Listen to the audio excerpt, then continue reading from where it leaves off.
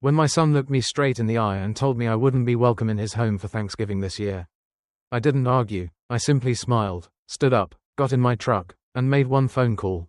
In that very moment, everything about their future changed.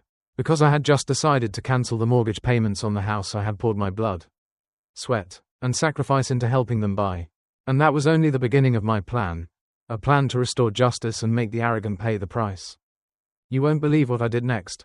But before we dive deeper, make sure you hit subscribe so you never miss another story like this. And tell me in the comments, where are you listening from? I'd love to know. That afternoon, I was sitting in David's luxurious living room. On the leather couch I had helped pay for. I leaned back and said softly, "This year, I could make my famous turkey. The one with the sage stuffing your mother loved so much. Remember how she always said it was even better than her grandmother's recipe?" The words hung in the air. The faint glow of holiday lights shimmered, mixing with the sweet scent of Sophia's expensive vanilla candles. Then I noticed David shift uncomfortably. The light from the holiday tree glinting off his wedding ring. His shoulders tensed, bracing for something. And finally, in a trembling but determined voice, he said, "Dad, I'm sorry, you're not welcome here this Thanksgiving." Those words struck me like a dagger straight through the heart. At first, I thought I had misheard him. I stared straight into my son's eyes and asked quietly, "What do you mean? Why wouldn't I be welcome?" David couldn't bring himself to look at me. His gaze dropped to the marble coffee table, the very one I had helped him pick out last spring. When Sophia decided their old furniture wasn't sophisticated enough, he swallowed hard, then muttered, "Dad, it's just better if you don't come this year. You know how my wife's family is about their traditions. They don't want you here." A chill ran through me. "They don't want me here?" I repeated each word slowly, letting it sink in. I looked around the room, the silk curtains I had paid for when Sophia complained about privacy. The hardwood floors I had covered with a second mortgage. The crown molding installed on a credit card I maxed out. Every corner of this house carried the marks of my love, my sacrifices, my fingerprints. "So, where exactly am I supposed to spend Thanksgiving?" I asked, my voice no louder than a whisper. David still couldn't meet my eyes. Maybe you could visit Aunt Rosa. Or, we could do something the weekend after. The weekend after. As if Thanksgiving were just another appointment on a calendar that could be rescheduled for convenience. I rose to my feet, my knees heavy with the weight of 8 long years of carrying this burden alone. I walked past the family portraits on the wall, photos where my face seemed smaller and fainter with each passing frame. My hand closed around the doorknob, cold and unyielding. Without turning back, I said, "Tell Sophia's parents, Happy Thanksgiving." The door clicked shut behind me. Final and absolute. I stepped outside, and the December wind slapped across my face like a punishment. Behind me, I heard David call out my name once more, and then nothing but the sharp click of the door closing. Final, irreversible. I climbed into the cab of my truck and sat there in silence. Holiday lights flickered across the neighborhood, glowing warmly in windows and reflecting off the glass, but none of it was meant for me. My phone buzzed in my pocket. No doubt it was David, reaching out with some hollow promise, trying to smooth things over. I didn't answer. I turned the key, the engine roared to life, and I drove off into the darkness. The streets I had traveled 1,000 times stretched out before me, each corner and turn stirring old memories, back when I believed family meant everything.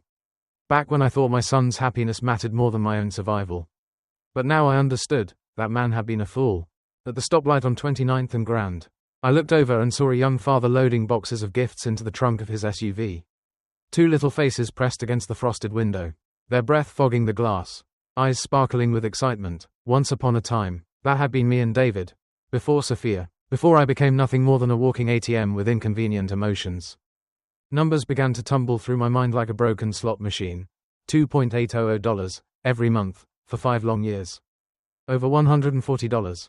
The entire life savings Maria and I had scraped together. All of it, gone, poured into my son's dream, only for him to cast me aside when I no longer fit their picture-perfect life. The light turned green. I slammed the accelerator, the truck growling like the rage burning inside me. The tires rolled down streets I knew too well, each turn dragging me past the ghosts of choices I should never have made. 5th Street, that was where I'd signed away my own security, refinancing my house just to cover the down payment for David and Sophia's dream home. I still remember the banker's cautious tone.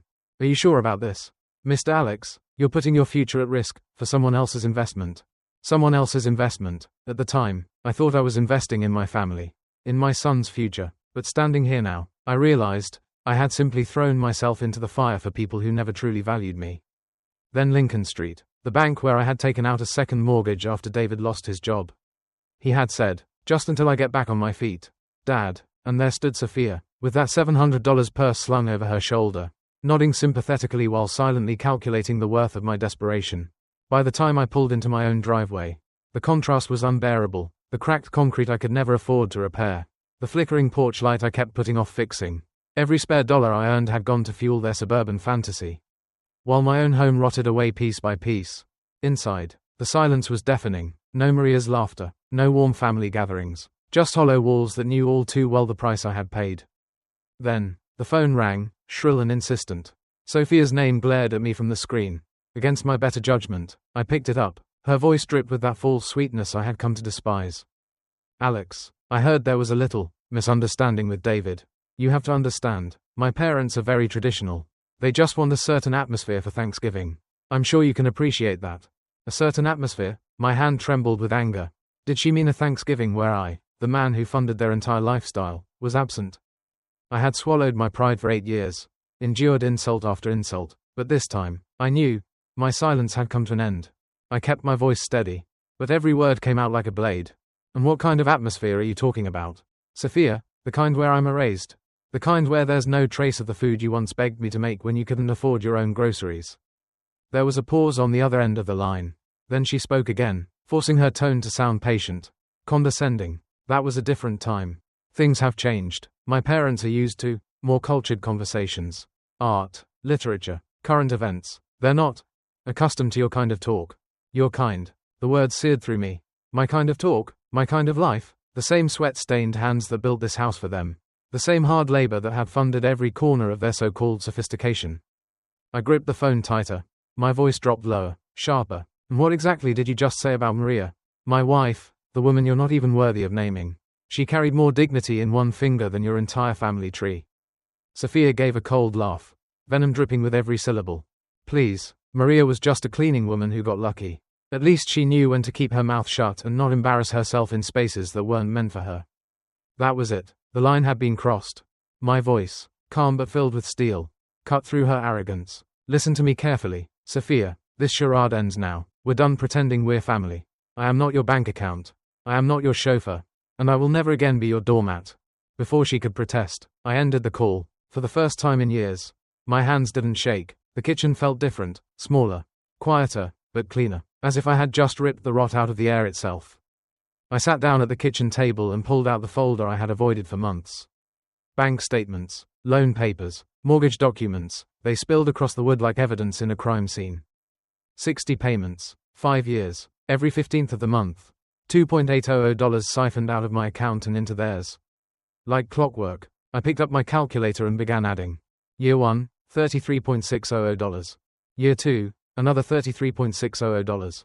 By the third year, I'd stopped buying myself new clothes. By the fourth, I was grocery shopping at discount stores. By the fifth, lunch had become nothing more than peanut butter sandwiches. The total glared back at me, over $143. And that didn't even include the down payment, the utilities I covered when Sophia's shopping sprees got out of hand. The new roof, the landscaping, the furniture she declared essential. All of it, Maria's life insurance, my retirement savings, the college fund for grandchildren I might never even meet, gone. I leaned back, the weight of it pressing down, and whispered to myself, enough. Enough sacrifice, enough betrayal. I picked up the phone and dialed my bank. After a few clicks and transfers, a calm voice answered. Thank you for calling. This is Jennifer. How can I help you today? I need to cancel an automatic transfer, I said, my tone steady in a way it hadn't been in years. Of course, sir. I see a $2.800 monthly transfer to Wells Fargo. Account ending in 7423. Would you like this cancelled immediately? I looked around my kitchen, the outdated appliances, the peeling paint, the drafty windows I could never afford to fix because every spare dollar had gone into their house. Yes, I said firmly, effective immediately. Done, she replied. The transfer has been cancelled. Is there anything else I can help you with today?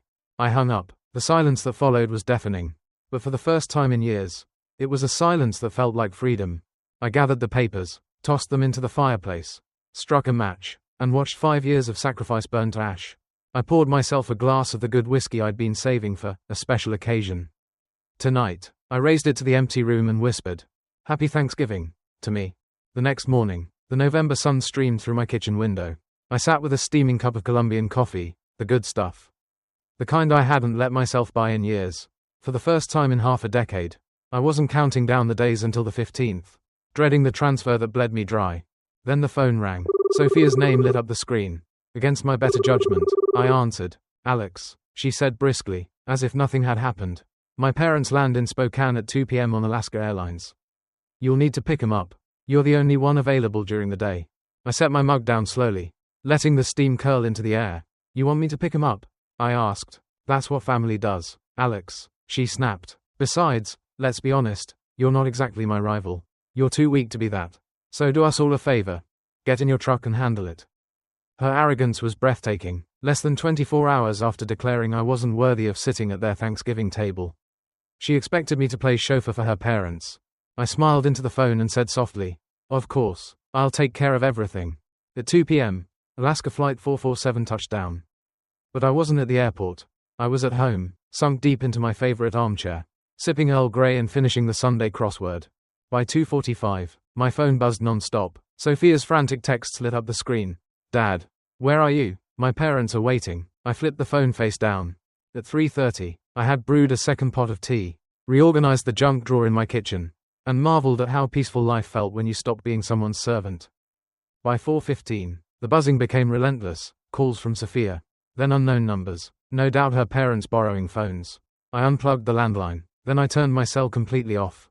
Silence. Perfect, liberating silence. Meanwhile, across town, 3 people stood stranded in an airport parking lot, hauling their own luggage, arguing over cab fare, and wondering how their personal driver had dared to abandon them. I dipped a grilled cheese sandwich into a mug of hot tomato soup and took a slow bite. The cheese stretched, golden and perfect, the soup steaming against the chill of the evening, and for the first time in years, the meal tasted like victory. It was just past 7 p.m. when the pounding started. Not a knock, a furious, relentless pounding that rattled the frame of my front door. I walked slowly down the hall. Through the peephole, 3 figures filled my porch: Richard, Margaret, and Sophia. They looked like wolves circling prey, red-faced, disheveled, and burning with rage. I opened the door. Richard shoved past me without invitation, his face crimson. What the hell is wrong with you? He shouted. We waited at that airport for over 3 hours. Margaret stormed in after him, her perfect hair now frizzed, her lipstick smeared, her voice dripped with disgust. This is barbaric behavior, absolutely unacceptable for a man your age. Sophia followed last, her designer coat wrinkled, mascara streaked down her cheeks. She screeched. You humiliated us, Alex. Do you even realize what you've done? My parents had to take a taxi, because of you. I stood firm in the doorway, calm, unflinching, and then I spoke, my voice low but sharp enough to cut glass. This is my house, and I want you out. Now. They froze, stunned. They had never heard me speak with such steel. Richard jabbed a finger toward my chest but didn't dare touch me. You think you can treat us like this? I have connections in this city, Alex. Powerful people. You'll regret this. I met his glare without flinching. No, Richard. Tonight wasn't punishment. Tonight was a lesson about arrogance, about the way you treat people you think are beneath you. Margaret's voice wavered, though she tried to sound commanding. You clearly don't understand the magnitude of your mistake. Actions like this have consequences. Yes, I interrupted, stepping aside and holding the door wide open. And tonight, the consequence is simple. You leave, now. For a moment, the 3 of them stood frozen in shock. Then, like a defeated army, they filed out, spitting threats as they went. Richard turned back at the threshold, his voice low and venomous. You'll regret this, old man, I guarantee it. I closed the door and slid the deadbolt shut with a satisfying click. The house seemed to exhale with me, lighter, cleaner, as though their presence had been a stain finally scrubbed away. But deep down, I knew one thing. This wasn't over. The real war had just begun. 3 days later, as I sipped my morning coffee and flipped through the Spokane Review, my hands froze. There it was, page 3, my face, staring back at me from an old company photo. The headline screamed, Spokane businessman abandons elderly couple at airport during holiday storm. Holiday storm? The day had been 52 degrees and sunny. The article painted me as some unstable old man who had snapped without warning. Richard and Margaret were cast as helpless victims, stranded for hours in freezing weather. No mention of the truth, that I'd been cut out of Thanksgiving. That I'd bankrolled their lives for years. To the readers, I was nothing but a villain. I set the cup down, reread the article once, then again. My jaw tightened, but my mind sharpened. This wasn't just family drama anymore. This was war, And Richard had chosen the battlefield well. Reputation. In a city like Spokane, reputation was everything. One article like this could wipe out decades of respect. And for the first time in this whole mess, I felt a grudging respect. Richard wasn't just arrogant, he was strategic. He'd called in favors, used his banking connections, planted this story exactly where it would hurt the most. Smart, very smart, but also his greatest mistake. I opened my laptop, my hands steady, my heartbeat calm. I typed their names into search engines: Richard Jenkins, Margaret Jenkins, Sophia, David. Every public post, every photo, every detail they'd carelessly shared online filled my screen. Photos of vacations funded with my money, dinner parties in a house I'd paid for, check-ins at luxury restaurants during months when I'd been covering their utility bills. If they wanted a war of perception, then fine, but I wasn't the fool they thought I was. If they wanted to play chess, I'd show them what a real strategist looked like. Thanksgiving night, Spokane glowed with warm lights. Families gathered around tables filled with laughter and food. And there I was, pulling up to the glowing mansion I had funded but was no longer welcome in. Cars lined the driveway and spilled onto the street. Through the big windows, I could see shadows of people moving, glasses clinking, laughter floating into the night air. I wore my navy blue suit, the one I had buried Maria in. That night, it was my armor, in my hand, a black leather briefcase stuffed with evidence, 5 years of bank transfers, receipts, mortgage statements, even a printed copy of that slanderous article. My red pen scrawled across the lies. I had made 12 sets, one for each guest. At 6:45, I crossed the street, walked up the driveway, and, of course, the front door was unlocked. Sophia loved to boast about how safe her neighborhood was. The warmth hit me as soon as I stepped inside, along with the sound of silverware clinking against fine china. I walked through the hallway and into the dining room. 12 faces turned toward me. The room froze. Sophia's wineglass stopped midair. David's face went pale. Richard and Margaret looked as though they had seen a ghost. "Good evening, everyone," I said calmly, setting my briefcase on the marble sideboard. "I hope you don't mind if I join your Thanksgiving celebration."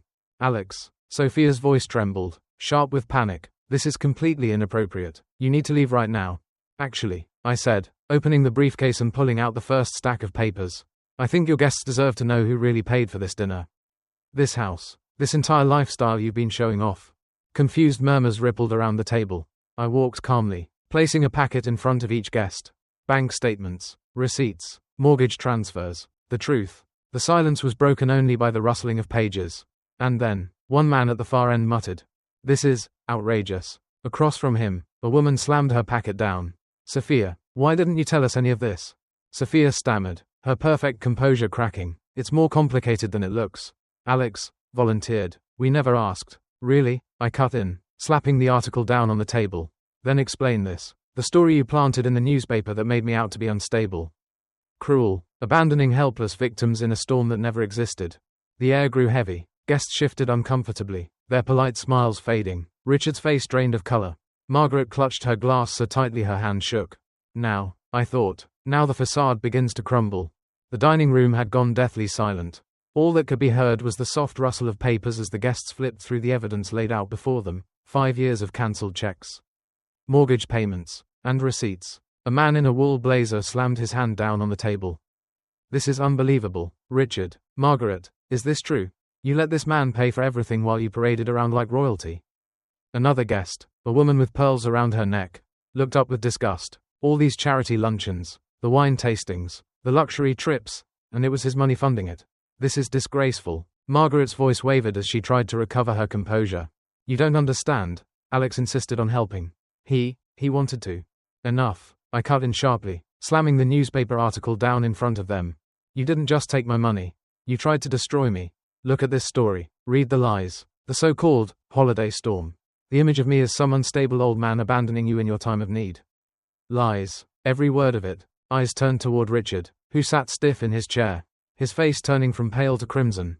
"This is slander," he barked. "This man is unstable." "Unstable?" I interrupted, my voice calm but sharp. "Unstable is giving away over $200 while being treated like a servant. Unstable is letting you manipulate me into paying your bills while you sneered behind my back. The only instability here is your arrogance." "Richard." Gasps echoed around the table. Guests exchanged horrified looks. David finally spoke, his voice breaking. "Dad, I didn't know about the newspaper article." I turned to him slowly, my eyes steady. "Maybe not, but you knew one thing. You knew you let them make me an outsider in my own family. And that's worse than all of this. The atmosphere in the room cracked like glass. Guests whispered, some shaking their heads, others glaring at Richard and Margaret. The glossy mask of superiority they'd worn for years had shattered in a single night. I snapped my briefcase shut, straightened my tie, and spoke clearly so every guest could hear. Enjoy the rest of your dinner. It's the last one I'll ever pay for. I turned and walked toward the door as the first voices of accusation erupted behind me. The sound of their carefully crafted world collapsing was the sweetest music I had heard in years. 3 months later, a thick envelope arrived by certified mail, stamped in bold red letters, notice of default, final demand for payment. Inside, the cold numbers stared back at me. Over $8.400 in arrears, 14 days to bring the account current, or foreclosure proceedings would begin on the very house I had bled myself dry to buy for them. The frantic phone calls started almost immediately. Sophia, crying and screaming into the voicemail. Margaret, her once perfect tone now frantic, begging for help. Richard, his voice dripping with veiled threats that now sounded hollow. I blocked every one of them. But David, I couldn't quite bring myself to block him. Not yet. One Thursday evening, I opened my front door to find him standing there. He looked like a man who had aged 10 years in just 3 months. His suit was wrinkled, his face hollow, his eyes ringed with exhaustion. Desperation clung to him like smoke. Dad, he whispered, we need to talk. I stepped aside. He walked in, looking around as though seeing my home for the first time. Fresh paint on the walls. New furniture bought with the first mortgage-free paychecks I'd kept for myself. Even the porch light was fixed. It was simple, modest, but it was mine. It looks nice, he said quietly, his voice breaking with realization. Better than our place ever did. He sat on the edge of my couch, too ashamed to lean back, too nervous to get comfortable. Finally, he looked up at me. Dad, I'm sorry, for Thanksgiving, for the article, for letting them treat you the way they did. I was wrong, and now, I'm losing everything. Tears welled in his eyes. For the first time in years, he wasn't the confident son I had tried to prop up. He was just a broken man who had gambled and lost.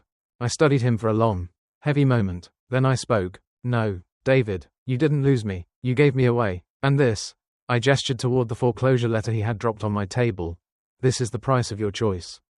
David buried his face in his hands, his shoulders shaking. Dad, is there any way you can forgive me? I've lost the house. I've lost Sophia's respect. I've lost everything. But the worst part, the part that's tearing me apart, is that I lost you.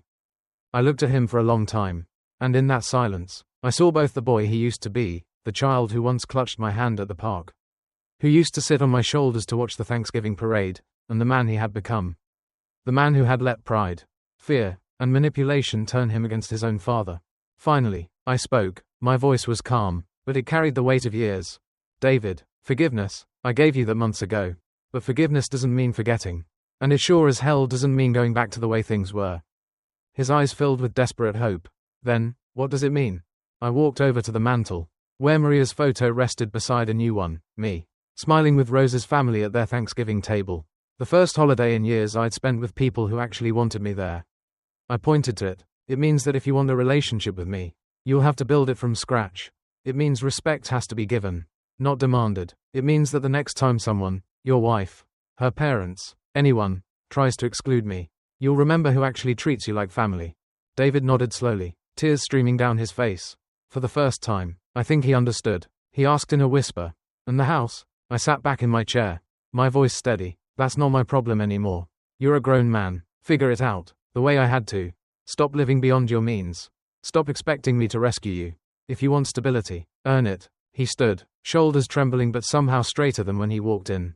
At the door, he turned back. "Dad, for what it's worth, when you stood up to them at Thanksgiving, when you told the truth, I was ashamed, but I was proud of you too."